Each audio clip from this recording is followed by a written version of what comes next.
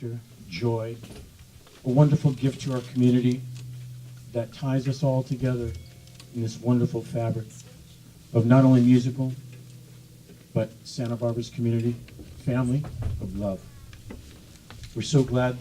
We want to let you know that today will be appropriate to laugh, to cry, to share stories, wonderful, wonderful stories of the light that we know as Joseppi. You see, we have a culmination of musicians and artists, and I know that for a fact that there's love abounding. God himself is present today, and if I might ask you just briefly to pray with me. Dear Lord, we thank you for the presence of these fine folks as we lift our brother, our father, our bandmate, our soul, our musical friend. As we lift him to you, we know that you will care and look after him. And we ask you to always have the notion of Joseppi in our hearts. As our day-to-day walk, he will find himself in our hearts and minds through song, through laughter. We hope that you keep that light alive in our hearts. In God's name, we thank you. We also want to let you know we have wonderful speakers here today. We've got wonderful musicians. So I thank you for all joining us here. There will be plenty of time to share stories, musical anecdotes. As I welcome you here, I do with an open heart. Joseppi, just real briefly, helped not only inspire musical sessions at the club, but he allowed a place to be. He inspired us as musicians and artists to come and play Joseppi's place. We shared notes together. We shared with musicians and non-musicians, the lovers of music. We're so glad to have you all here today supporting Cheryl and the family, Nicholas and Atiana, and we hope that you just spread Joe's love continually today as we share these wonderful stories, musical notes, and some words now. Ladies and gentlemen, I welcome now, love the young lady. Would you please help me welcome Atiana to the microphone?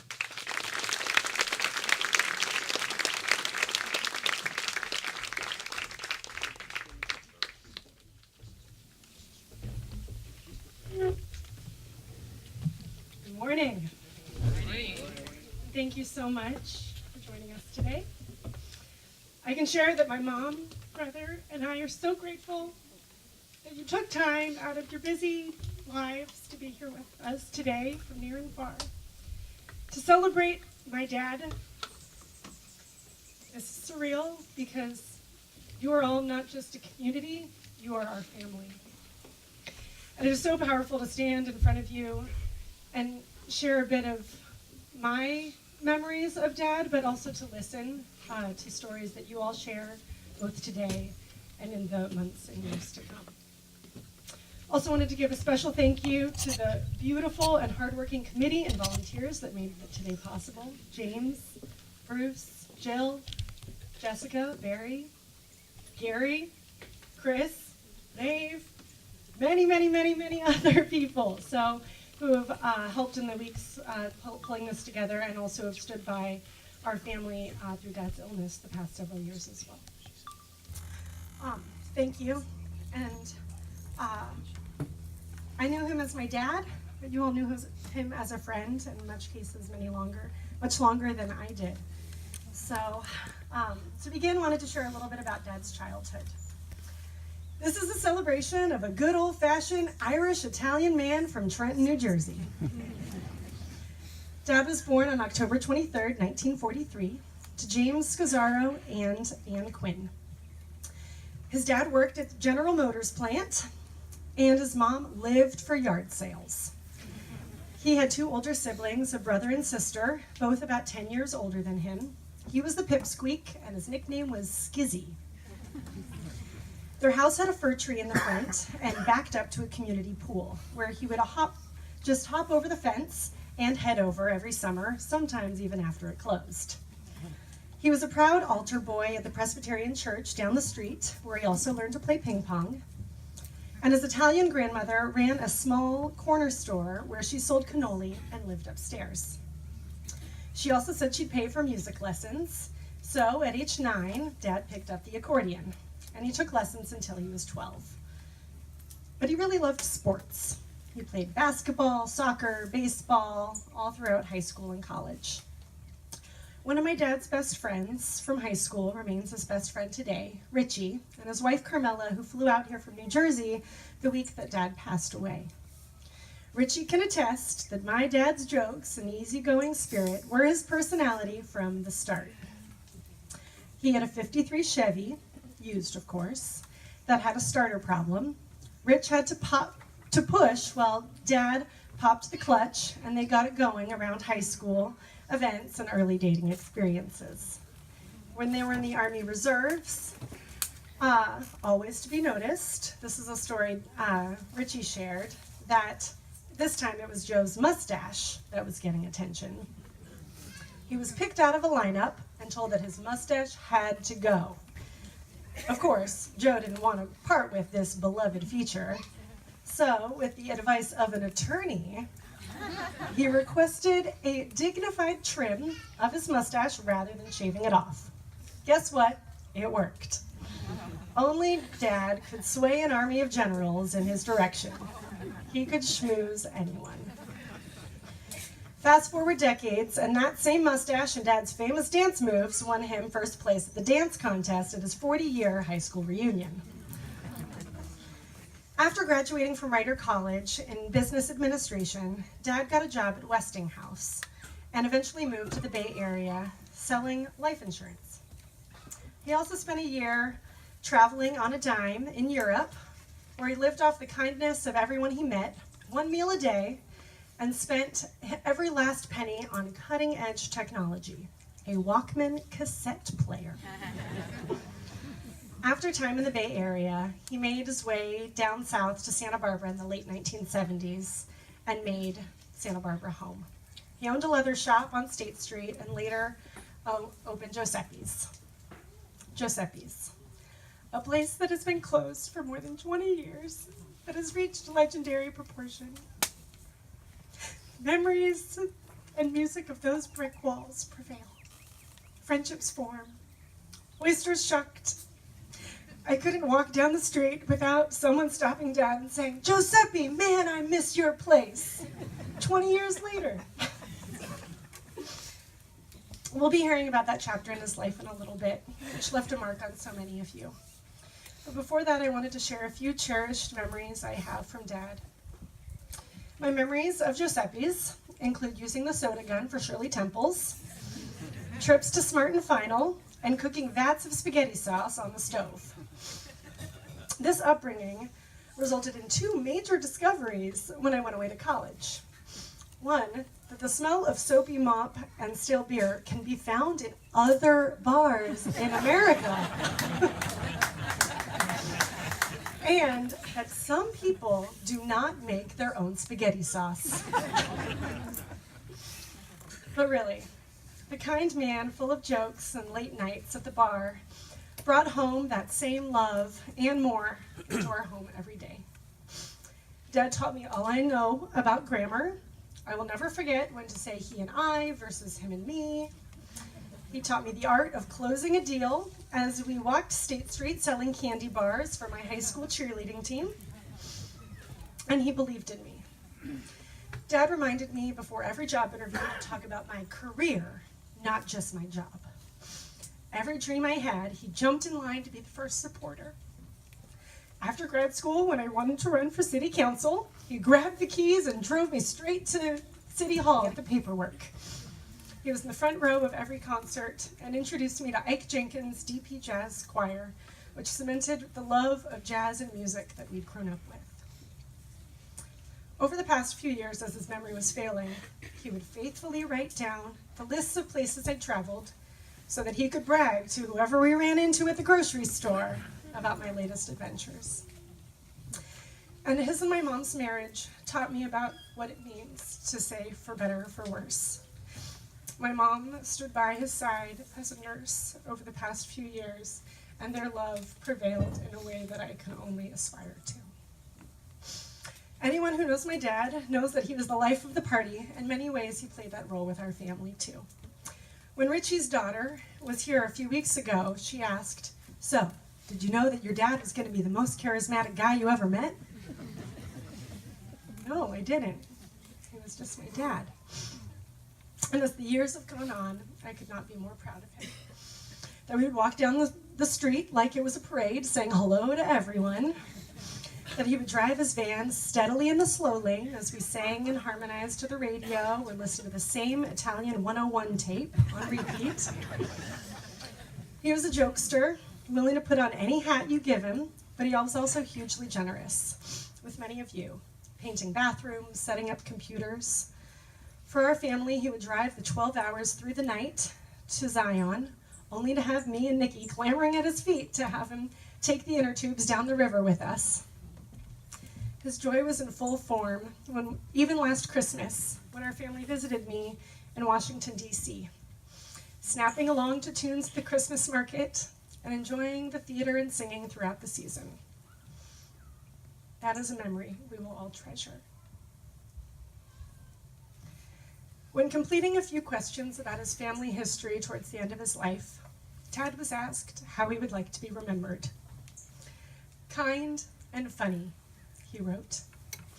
Well, Dad, I think you succeeded with high marks. This song is one of his favorites, full of the optimism that he carried throughout life. And now I can only hope that he is raining those pennies down for us today.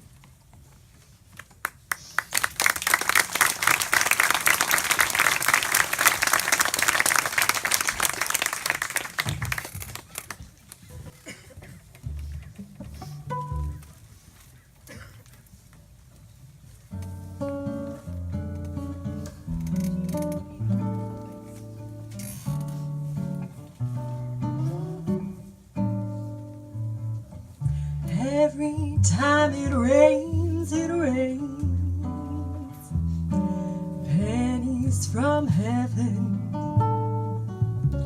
Don't you know each cloud contains pennies from heaven? You'll find your fortune falling all over town.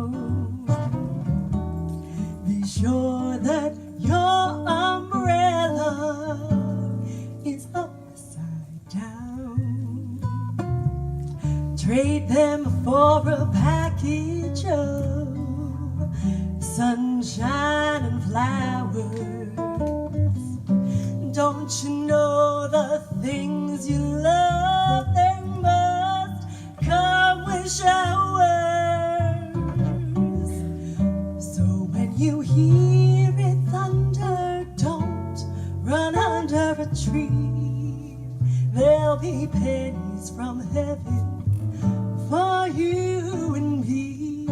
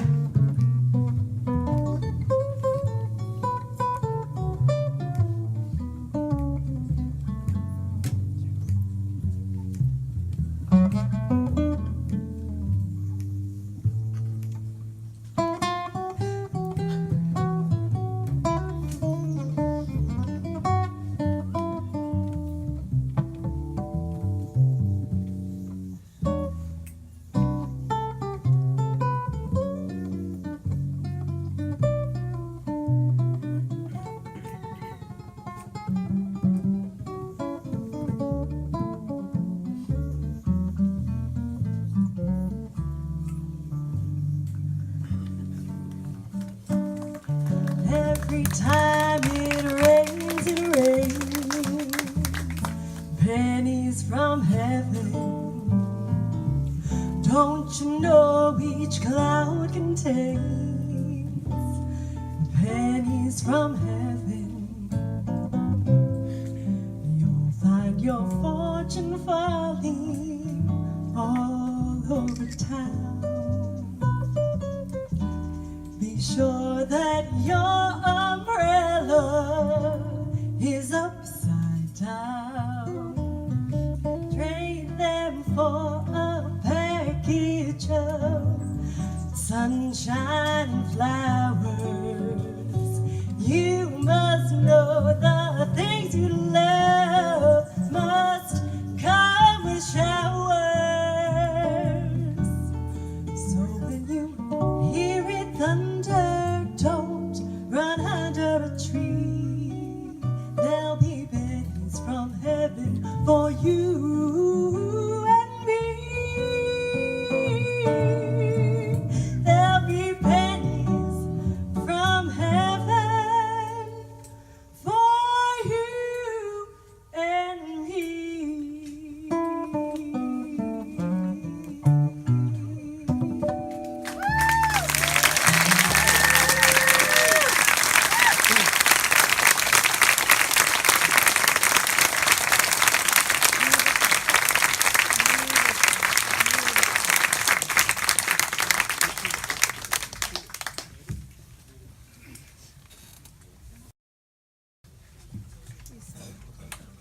Another beautiful, beautiful morning in Santa Barbara. I'm so lucky. The perfect day to honor our dear friend Joe. I'm very grateful for being asked by Cheryl and Tiana and Nikki to say a few words here today. I'm not going to talk too much. Instead, I brought a poem for Joe and a song for Joe. But really briefly, I want to say that I've been thinking a lot about Joe, especially in the last couple of months. And in doing so, I came to the realization that I am indeed a much better musician thanks to Joe Scozzaro and thanks to Joseppi's. You know, every community of artists needs a place like Joseppi's, and any person needs a friend like Joe. And Joe offered us an absolutely wonderful forum for us to do our thing, you know, to be together and hang, to play together, to exchange ideas, to listen to each other, to explore, to improvise, to expand and grow as artists, to try to find our personal voice as musicians, which is kind of like the ultimate goal for all of us. You know. So for all of that, you know, and all of that really happening in front of a wonderful, always very wonderful audience, and at the center of it all, you know, the ringmaster, Joe Scozzaro, with a huge heart, always with a word of encouragement or cracking a joke or whatever. But the thing that really kind of like is indelible in my heart is this absolutely beautiful, constant smile in his face.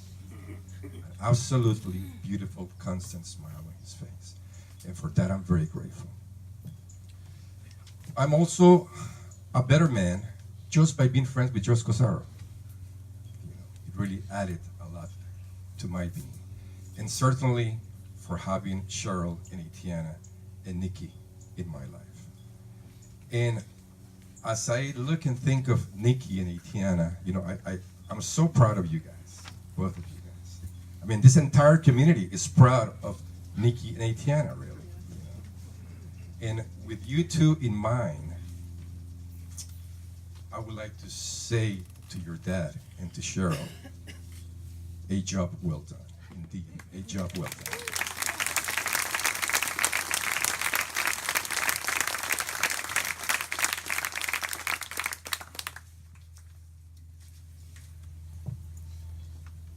Shine bright,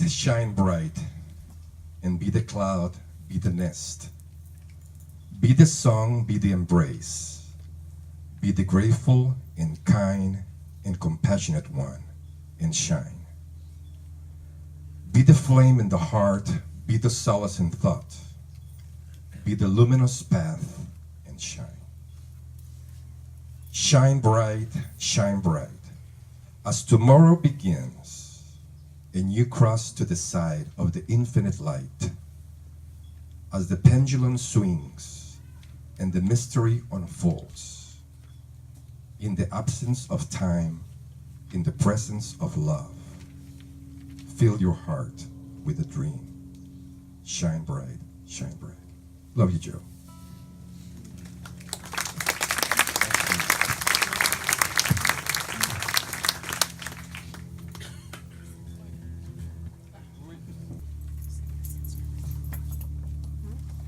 Mr. Randy Peak on the bass and Mr. Dan Zimmerman on the guitar. I'm sure both of them played infinite amount of times at your service.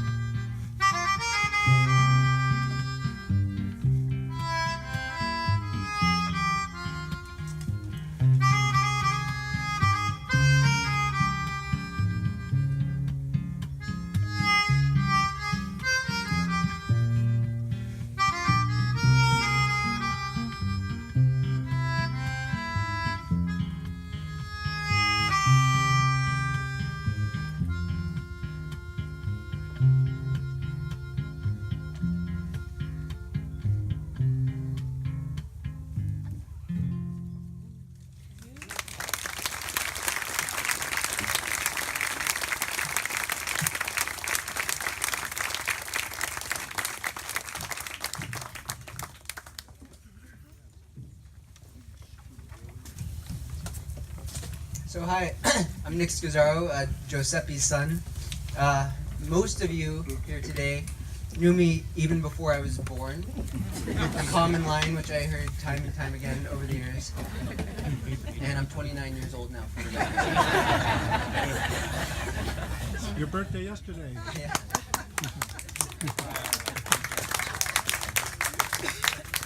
So I want to thank all of you for coming out today. I know some of you came a long distance, and others, forewent working today to be here, and so I'm filled with gratitude that you came. I'm filled.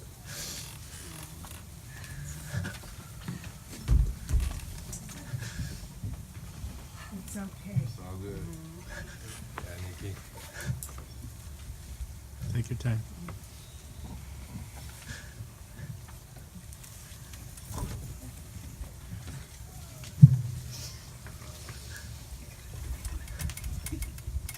Yeah, so I'm filled with gratitude to see in one place how many people's lives were touched by my dad in such a positive way that you made the choice to be here today. And I want each of you to know.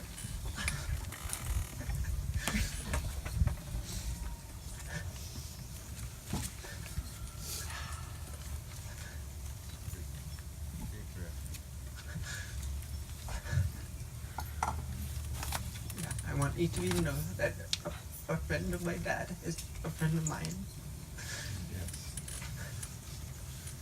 So I also want to recognize my mom. Since my dad's first stroke 3 years ago, she's been by his side, loving him and fighting for him, sometimes literally every step of the way. My mom's compassion, sacrifice, and strength has been a model for me and for many of us of what it truly means to love someone. And I also want to give special thanks to as my sister mentioned, and not just for assembling this beautiful memorial today, but Bruce Begenio, Annette Ordas, Barry Moy, Joe and Linda Carl, Jill Avery, Maeve, Carmela Beato, Cherie Long, Jessica Bixler, Gary Sanginito, Max Staten, Luis Munoz, Anthony Carocho, and the list goes on. I would have to list everyone here. This community supported my dad in a way that utterly astonishes me. It has defined for me what community means.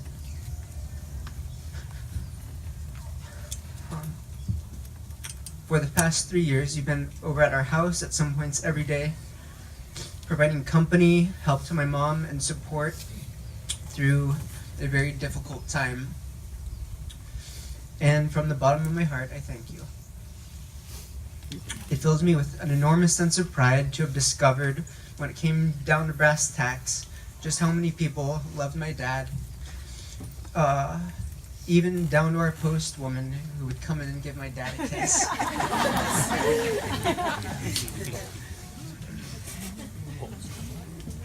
But let me tell you about Joseppi as I knew him, a father. In some of my earliest memories, I remember him taking me to the bar in the late morning, on the weekends, a tag-along while he did some cleaning and housekeeping.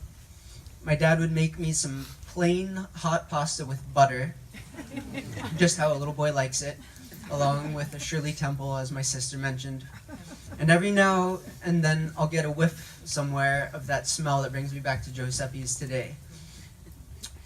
It's a musky smell, a mixture of stale beer that sloshed onto the dance floor the night before, mops, the sweat of musicians, music equipment, and bar rags.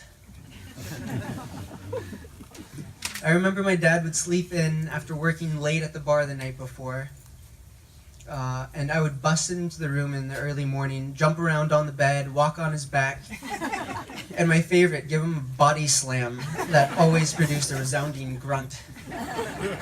Sometimes I would abort at the last second and he would still make the grunt in anticipation, much to my delight for tricking him, or so I thought at the time. He loved playing around with me and my sister.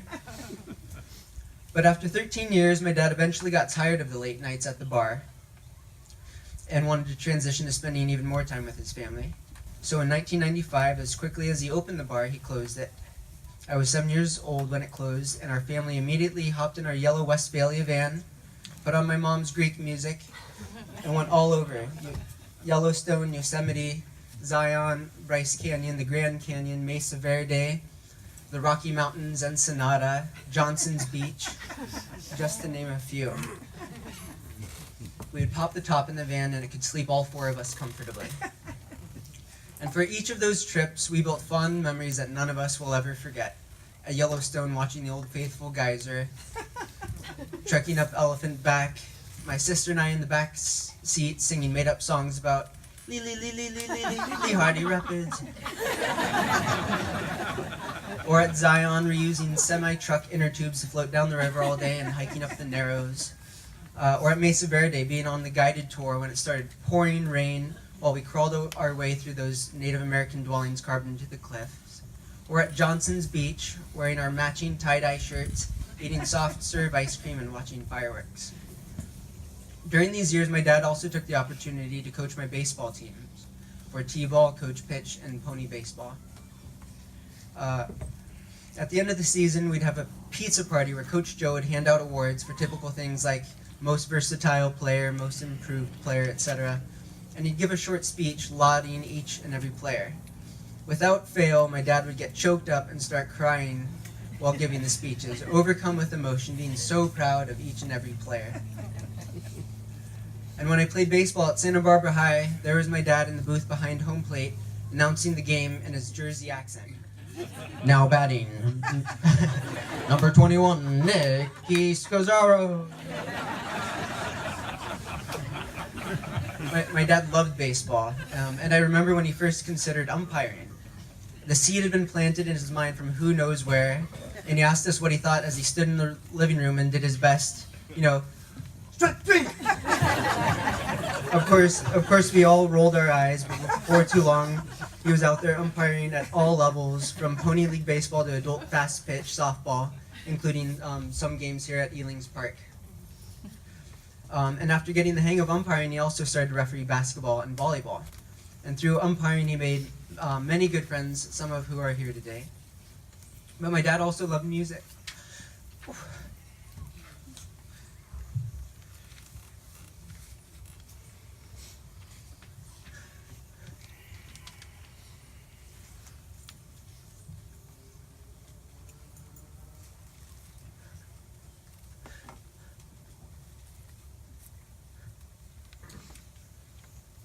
And he passed that love on to me and my sister. He was our first music teacher, teaching us piano. And when we preferred playing drums and singing, he supported us and was at every performance.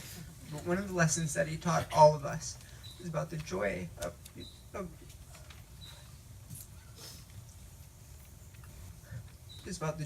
music.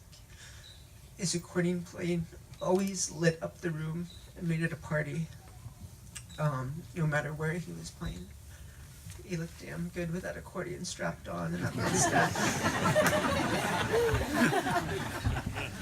And was a true entertainer with his smiles, laughs, beer barrel polkas, and charm. I swear he could strike up playing one of those songs like and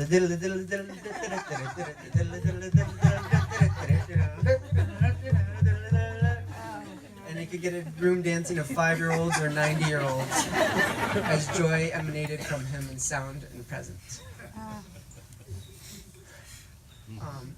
My dad worked a number of other jobs over the years, but eventually settled in at the Santa Barbara Airport, working customer service for SkyWest. Again, his friendly people persona found a new home, and at the check-in counter, warmly greeting travelers of all kinds, some friends, and even some celebrities. My dad liked to tell the story when the singer Michael McDonald came up to the counter. My dad recognized him, asked for his ID, but kidded, looking at the ID. Michael McDonald. You know what's funny? There's a great singer with the same name.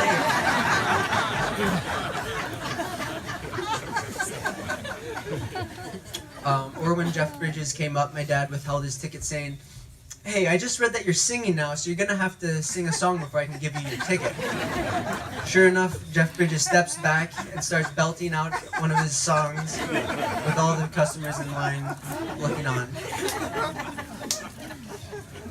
My dad later transferred to the Burbank airport, where in typical Joseppi fashion, he made some more friends, a few of which are here today.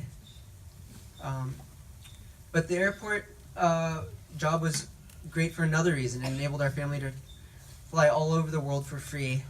We traveled to Italy, France, Spain, Greece, Switzerland, Turkey, Croatia, Chile, Costa Rica, Hawaii, and the list goes on. Just like when we were traveling around the US in our yellow van, our family had a ton of great experiences and built tons of great memories. My dad worked at the airport until he retired in 2012. After retiring, my mom and dad continued to travel like peas in a pod and started knocking off a few items off their bucket list. Then, about a year after he retired, I bought a large house in Columbus, Ohio at the beginning of summer in the middle of grad school, and it needed a lot of work. My master plan was that I could live there and rent out other rooms, but the task of getting the house ready in just a few months was daunting and, in retrospect, overly ambitious. It turned out to be a whirlwind of a summer that my family will never forget. My parents dropped what they were doing and flew out to help me, living in the house with me for a few months. They brought around 7 suitcases out from Santa Barbara, each weighing at least 80 pounds, full of tools. A skill saw, wrenches, hammers, a crowbar, halogen lamp, and decorations, paintings, lamps, a full chandelier, a full set of heavy pots and pans, you name it. And for those few months, they worked every day from dawn until dusk. My mom would zip around town finding furniture to fill the house since I moved in with only a bed and a nightstand. She got such great deals around Columbus that she still yearns of going back there to this day. Meanwhile, my dad, with incredible patience, painted the walls of many rooms in the house with precision care and painted all baseboards and window frames in the house, doing a beautiful job. Next, we began the kitchen remodel. My dad and I ripped out the lath and plaster walls in a room that was the kitchen to be, covering us in soot from head to toe. We ended up exposing an old brick chimney, which reminded him of his first days at Joseppi's, which he spent sandblasting plaster off the walls to expose the brick walls that you all remember. I also remember one night I wanted to treat my dad for all his hard work. So I went to the nearby grocery store and I bought the nicest steaks I could find to cook for him. I brought them home, but to my despair, I broiled them for much too long, rendering them very tough. But of course, my dad didn't get at all mad or frustrated, as someone else might.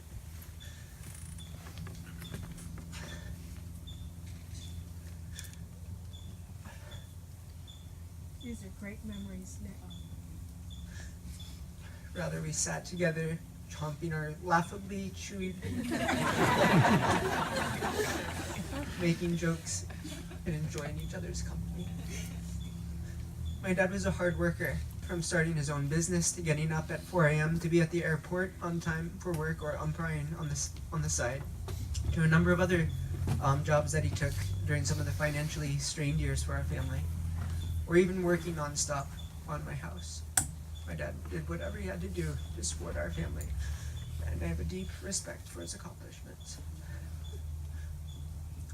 I'm one of the lucky people who had a dad who loved me with all his heart, from the day I was born to the day he died. On one of my last visits to see my dad while he was declining, I had to get up early to catch a flight back to New York.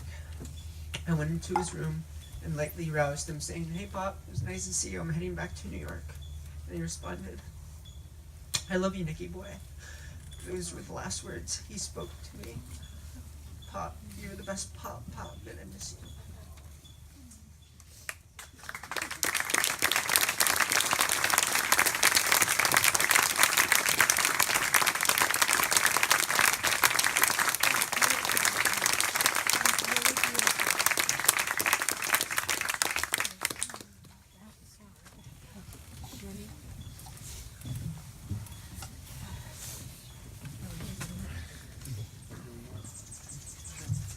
Well, my name's Gary Sanchinito, and I'm going to invite Spencer to come up here too. Can you? You have to leave yet? Anyway, so. Whoa. Because we were a bit of partners in crime in this thing called Joseppi's, which was a short part of a beautiful life. And so, as I remember, I have foggy memory, so I'm going to be really brief and just say that Joseppi's, I first noticed it because Baudelaire's had left Lower State Street, went up to the Mesa. Howard Miller, Squid, or Brad Wisham, myself, was backing up BJ Franklin at his club across the street, and there was a well-lit place that was very inviting. Nobody in there except Spencer was a bartender, and Joe had an accordion. And it was inviting, warm. It was a place that we could grow up in public. I'm still trying to do that. So that's why I want to be very brief and let Spencer. I'm going to be brief too, but first of all, Joe and I would go there in the afternoon and practice because I was playing in this band called The Tan, and we had signed a record deal and I wanted something else to do. And so I went to Joseppi's and Joe was there. He's like, well, why don't you play some of these songs like 5'2", Eyes Blue. I was like, well, that would be weird. I was 24 at the time. And swinging. And I was surfing and playing in a new wave band. I said, okay, I'll do that. So we started doing that, and then these guys were playing across the street, and slowly people started coming in to join the band until we ended up with a 10-piece band that we named Joseppi's Wedding Band. As a joke. Mainly for the irony of the fact that we thought, God, we'd be perfect at a wedding. The joke turned out to be on us because the whole band got popular in a sort of UCSB college kind of Tuesday night thing, and all the girls that were at UCSB in the 80s said, you're going to play our wedding. And in the 90s, we did. And then anniversaries, and then, you know. But I am going to be quick because I do have to go, and I just want to say, everything Luis Munoz just said was one of the best speeches I've ever heard. Not to take away from you two, which that was great too. But like Nikki said, there were so many different things he did, and one day my mom said to me, "Guess who substituted for your sister's class today?" I was like, "I don't know." She's like, "You'll never guess, but it's something that meant a lot to you." I was like, "I don't know." I was like, wait, don't tell me. So we played this for a while, and both of them were looking at me like, "You don't know?" I was like, "No, I don't know." It's like, Joseppi. And I was like, Joseppi's a 5th grade teacher? So from there, and the many things that he's done, one day in my 30s, a couple of years ago, I was playing. Some people laughing like that? What, you're over 30? Yes. You are over 30. A couple years ago, I was playing City League basketball, and we were in kind of a higher up league. We weren't a great team, but it was a fun league to be in, and we were playing these guys that were like from City College that were young, and they were good. And the referee walks out, and it's Joseppi. Oh my God! So this team starts out just killing us. It's 17-0. And the game keeps going, and they're talking a lot of smack, which is fun in basketball terms, everything. We kind of have a little run. They start getting in a little hassle with Joseppi. He starts calling technical after technical on them. And they're looking around going, what did I do? And I'm looking around going, I do not know this guy. I don't know him. Because the last technical made the game go into overtime, which we won. And I left without saying goodbye. But he said thank you. Thank you, Joe. I said thank you later. But anyways, Joe was a big part of my life, Gary's life, obviously everybody's life. And cheers, Joseppi. I kind of want to add something to it. There are two things. Joe turned into Joseppi. Everybody knew him as the Joseppi. He had the nickname, but he deserved it. That was a little part of the life. Like, what'd you say, a couple, 15, 16 years? but it lives on. It continues to live on. And so that's a job well done. And then later, after 1995, with the family type stuff and all the other parts of life, that's a lot of people know him as that. So we, met him there and continued to grow.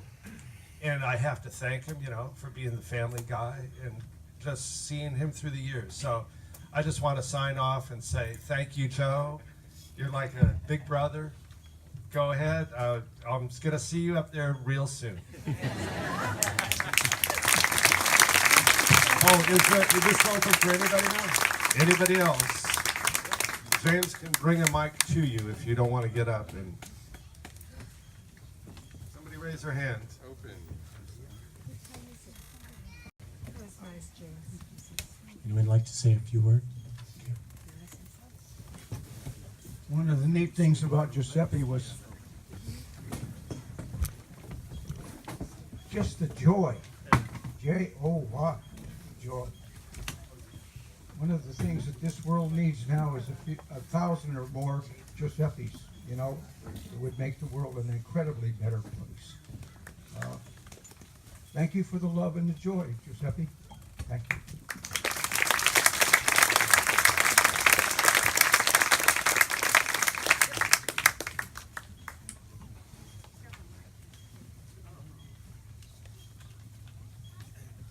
Yeah, hi. My name is John Hunter, and I knew Joe Scozzaro from coaching Pony League with him. And one thing that's fun about this is we're all learning a lot of stuff about Joe we didn't know. And Joe is a great, great coach in Pony League. And if he was here right now, he would say, "John, keep it short. These people came here to party." And so I will. But because of Joe, we had a great experience in Pony League. And we ended up with a couple of great teams. We won a lot of games. We learned a lot about baseball from Joe. But the main thing is that the parents and the players had a great experience. And to this day, we still see people around town that remember us and really loved that whole experience, which a lot of people probably don't know this, but in Little League, it can be very competitive and a ruinous experience for some children, but it was the exact opposite for us, and it was all because of Joe. Thank you.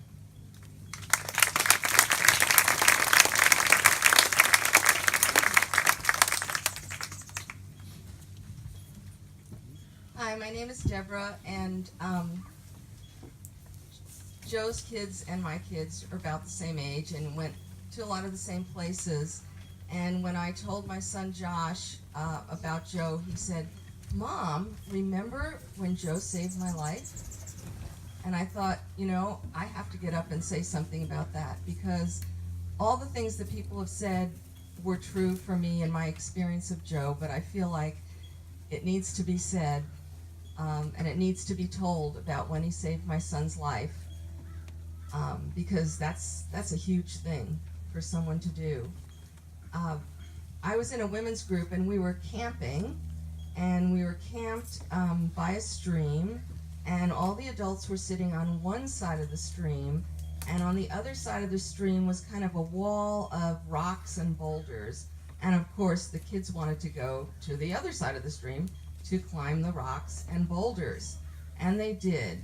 And in an instant, my son slipped, and on the way down, his foot caught in a rock, and he was hanging upside down over some other rocks and the stream. And he couldn't get loose, but it would all happen so fast. And it looked like if he did slip, he would hit his head on the rocks below and fall in the stream.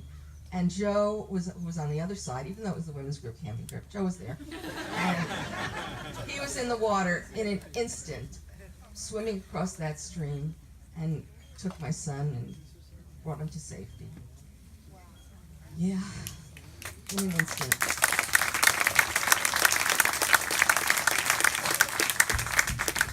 Now that's something you don't forget, and that's a man you don't forget.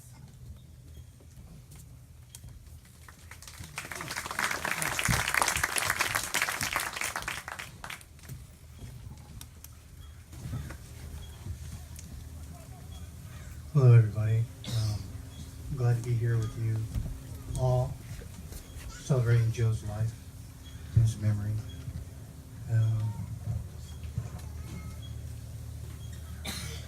There's as many people that there are here, there's that many and more that couldn't make it. Joe's influence and his effect on Santa Barbara, nightlife and musicians and the 6 degrees of separation is massive. We're just a fraction of what and how he touched other people's lives. I met Joe in the 80s. I happened to have a business that was close by his, like next door. And at that time I was in a band, I think we were playing rockabilly.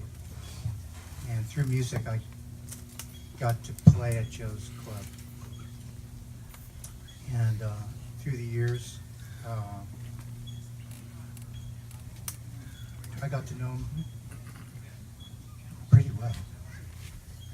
And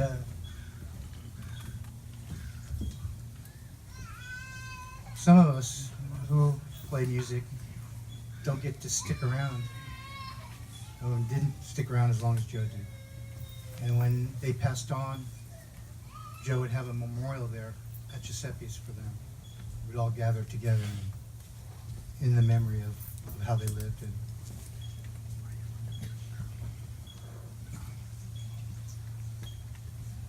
Joe, you know, Cheryl wasn't the first, gal that Joe went out with. And, you know, I saw Joe, you know, begin. And when Cheryl came around, it was different.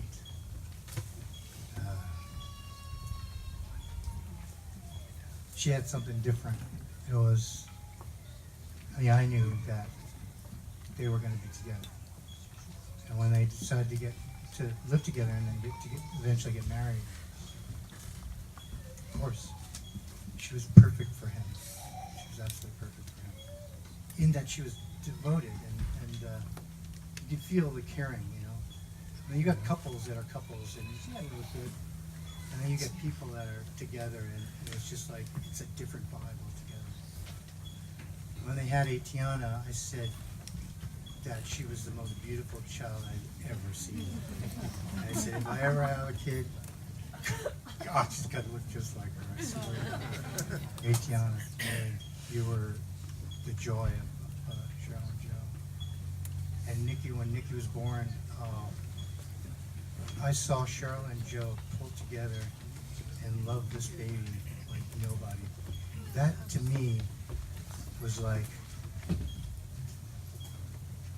it was like everybody else was out and it was all about me. And to be honest with you, after that, I never looked back. It was all about the family. Joe was all about the family, always. You said something about baseball. I mean, you know, Joe's gonna talk you up, you know, and say, you know, yeah, my son's on me, you know. What they call it, club team, you know, and all that, you know. And I keep up with them because I'm playing baseball, you know, men's adult baseball. And I went to a couple of your games, you know, and saw you play and so on. The funny thing is, what Spencer was talking about, playing a basketball game, and then out comes the referee and it's Joseppi. I played men's adult baseball, and behind the plate is Joseppi. I got a hold of this inside pitch and pulled it down the line right over the bag, and Joe called it foul. Like, yeah, you know, don't you know me?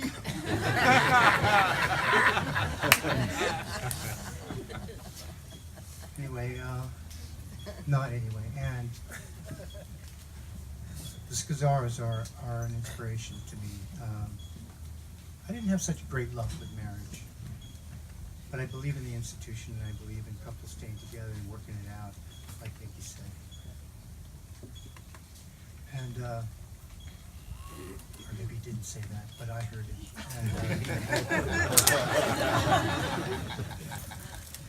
And it can be done, and you guys are, I mean, I'm out of words. It's just,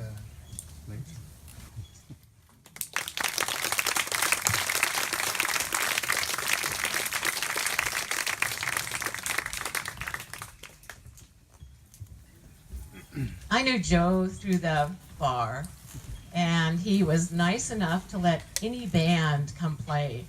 So my husband's band, they just pulled a jazz improv group together, and Joe let him be the lead-in to the band that was going to play that night. And eventually that worked into being a full-time Friday night gig. And so I would sit in the bar, and that's not really what I want to do all night long, is sit at a bar listening. I mean, my husband is great, but so one night, Joe wants to go down to an accordion player down the road. And so he looks at me and he goes, "Have you bartended before?" And I went, "No." "Okay, good." So back behind there I go, and he says, "It's really easy, just do this, that," and off he goes. And I had so much fun in his bar that the next Friday night I showed up and said, "Okay, Joe, I'm here, I'm reporting for duty." And it was just a really significant part of my life to have been around your dad with the joy and wonderful smile that he had. So I thank him so much for that period of my life with my husband. Thanks.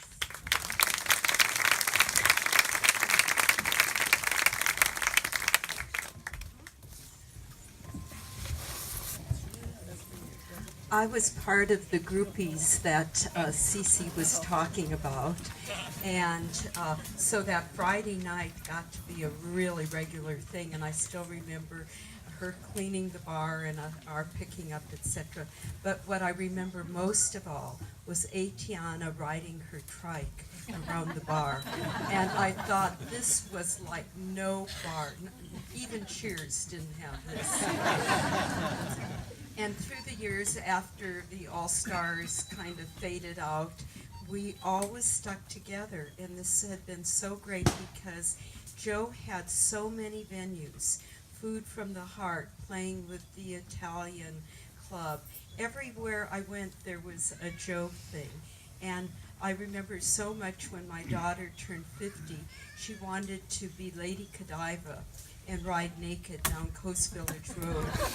And she said, and she did, but she said, well, actually her husband wouldn't let her go unless she put on a bodysuit. But there was Joe with his guitar cheering her on. So we know that no matter where Joe will be, he will always be cheering us on.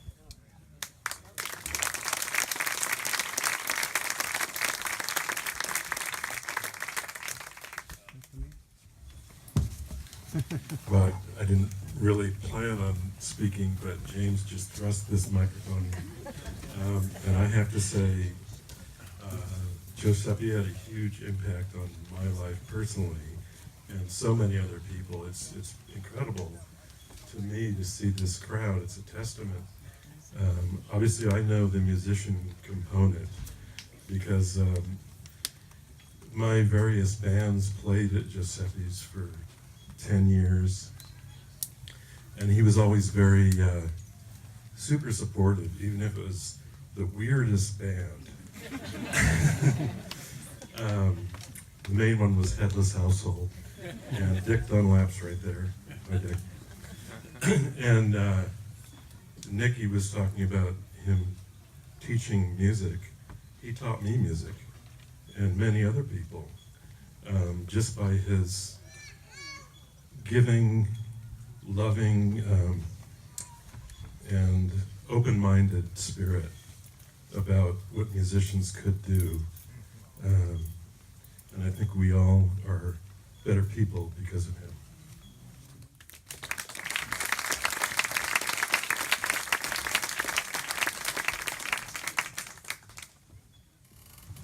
I'm Sandy Cummings, and I knew Joe officially about 20 minutes of his life, this incredible life. But we bumped into each other in musical places. The last time I saw him, my choir that I'm a part of sang for Friendship Center, and he was sitting down at my feet while we sang something from the 40s, beaming. That's the last look I had at this man who had such a life. This is all I can say.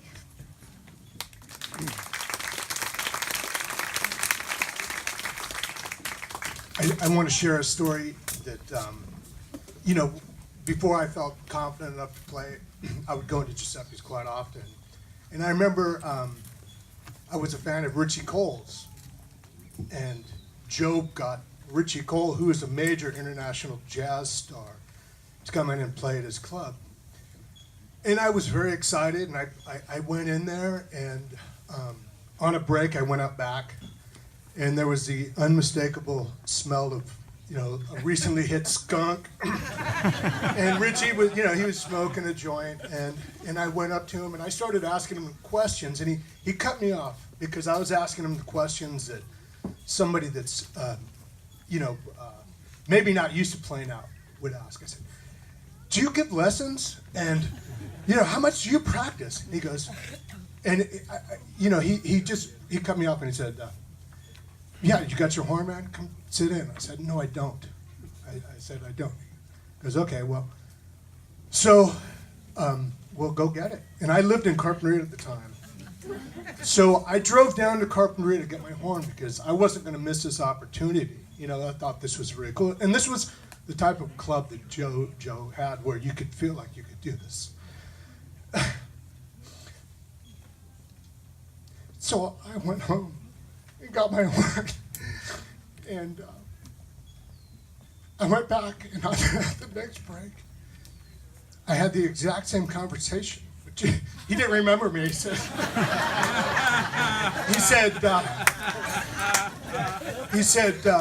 you know, I started out asking, you know, stupidly, I was sort of in awe of this guy, and I said, you know, started asking him some of the same questions, and he said, you got your horn? I go, yeah, it's in my car, man. And he let me sit in, and I probably made a fool of myself, but it was, you know, it made me feel like, hey, maybe I can play out. And that was, you know, probably in the late 80s. The last thing I'd like to mention, and I don't know how many other people remember this, but one of the funniest things that Joe would do is he had like he had several years of driver's licenses. And I don't know how many of you he showed, but I think they were destroyed in some flood or something. But if you guys know Calvin and Hobbes and the faces that he would make, and Joe would have these on his licenses, and he would use them, and he had them, I think, back to when he was a very young man, and that's, you know, that's just the kind of guy he was a, you know, what I know of him is just a tiny fraction. It was really nice to hear, you know, the family stories because Joe was an amazing guy, and for me, and you know, I know I'm speaking for many musicians here. You know, he gave me the first opportunity to play out, and I'm forever grateful for that.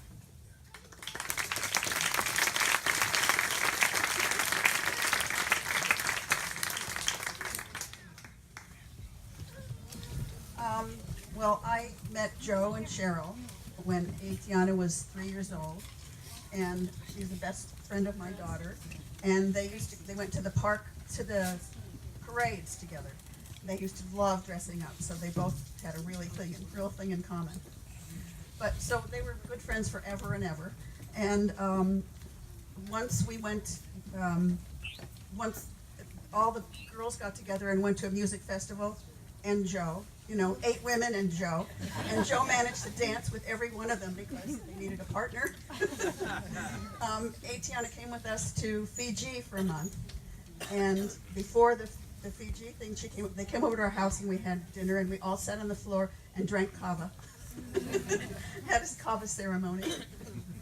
So, I mean, everything and I've been over there a million times on Halloween, where Cheryl decks the house out to the 9th degree and makes it really Halloween-y, and Joe greets everybody at the door. He was just great at that. And another time when we had them over for Thanksgiving, and Joe brings his accordion, and my father was there, and my father was quite old. He used to be a good singer when he was younger, but he didn't sing that well anymore. And Joe played the accordion nice and loud, so, and his wife played the piano, and it was really, Joe was always made things fun. Everywhere he went, he was really fun. Even when he was sick, because you'd go over there, and I'd say, hi, Joe, and he'd say, hi, and he'd have a smile. I mean, he managed to pull a smile with one word, hi, and a smile.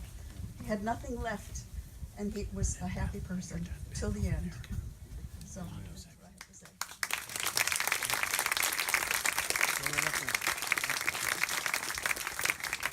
Well, I have a happy smile story too, and of course I remember Joseppi's because that was part of our lives back in the day, all of us, and so I'm grateful for that. But I was honored to be his dance teacher in the last year of his life or so. Is it about a year, Cheryl, I think, something like that, at Friendship Center. And I would always so look forward when I would go there because Joseppi, even though he was in a wheelchair, would just be lit up on the part of his body that he could still use, and his big smile would greet me, and he would always be asking for me to be his personal DJ and play the tunes that he loved, and he would light up so much with the music. And I remember one time in the middle of class I had to download the Animals singing House of the Rising Sun. And we all had whoa. I'm near the speaker. Yeah, well, we all helped belt it out. Some of the 90-year-olds in there were not so sure about the experience, but he never stopped smiling, and he moved to his full capacity in as much as he could. He expressed joy to the max. So I'm left with that beautiful memory, and I was grateful to be part of it.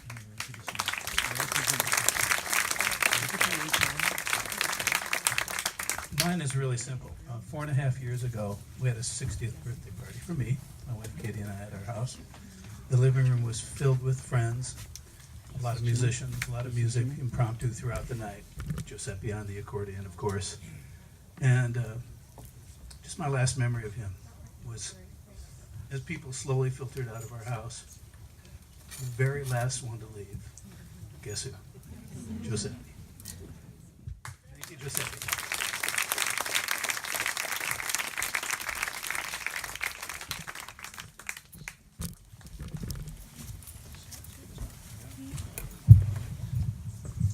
We would also let you know that during dining, we have an opportunity, we'll have an open mic for everybody to share some more stories.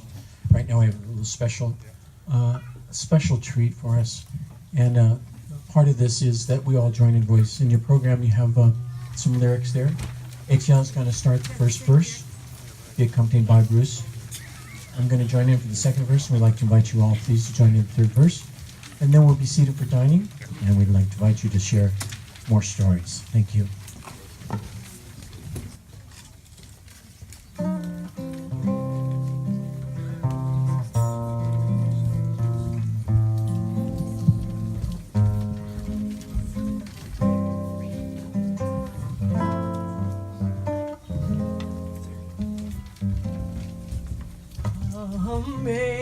Amazing grace, how sweet the sound that saved a soul like me. I once was lost, but now I'm found. Was blind, but now I see.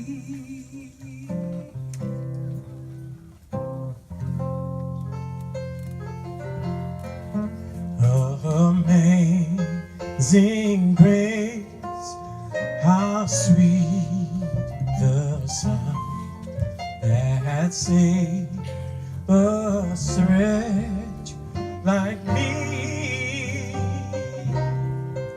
I once was lost, but now I'm found.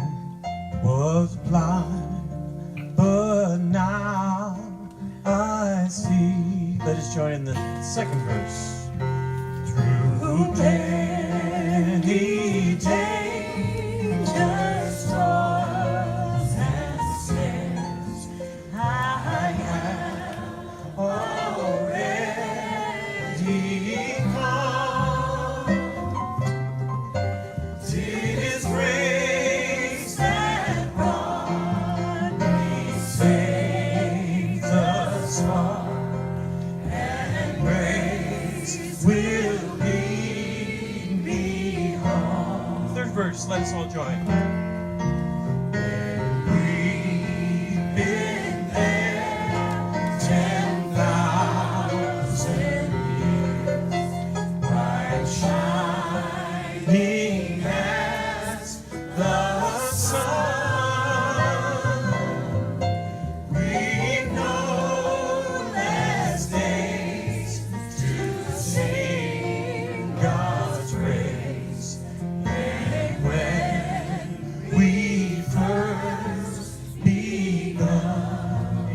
sing the first verse. Amazing grace, how sweet the sound that saved a wretch like me. I once was lost, but now I'm found. Was blind, but now I see. I was lost, but now I see. Can we get him? Amen.